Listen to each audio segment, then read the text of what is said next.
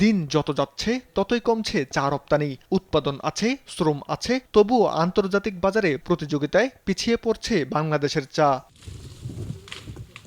চায়ের রপ্তানি বাড়াতে হলে শুধু উৎপাদন বাড়ালেই হবে না, কমাতে হবে উৎপাদন খরচ, বাড়াতে হবে গুণগত মান। এছাড়া আন্তর্জাতিক বাজারে যে ধরনের ভ্যারাইটির চাহিদা রয়েছে সেই তুলনায় দেশে উৎপাদিত ভ্যারাইটি কম।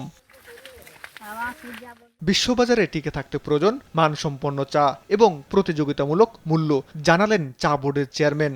প্রথম যে জিনিস সেটা হচ্ছে আমাদের কস্ট অফ প্রোডাকশন কমাতে হবে এবং কোয়ালিটি বাড়াতে হবে, এবং যে সকল কোয়ালিটি বিভিন্ন ভ্যারাইটিতে আমরা এক্সপোর্ট করতে চাই প্রত্যেকটা কোয়ালিটিতেই আমরা কম্পিটিটিভ প্রাইসে অন্যান্য দেশের সাথে কম্পিটিশন দিয়ে ইন্টারন্যাশনাল মার্কেটে টিকে থাকতে হবে। চলতি মৌসুমে দেশে 10,40,00,000 কেজি চা উৎপাদনের লক্ষ্য নির্ধারণ করা হয়েছে।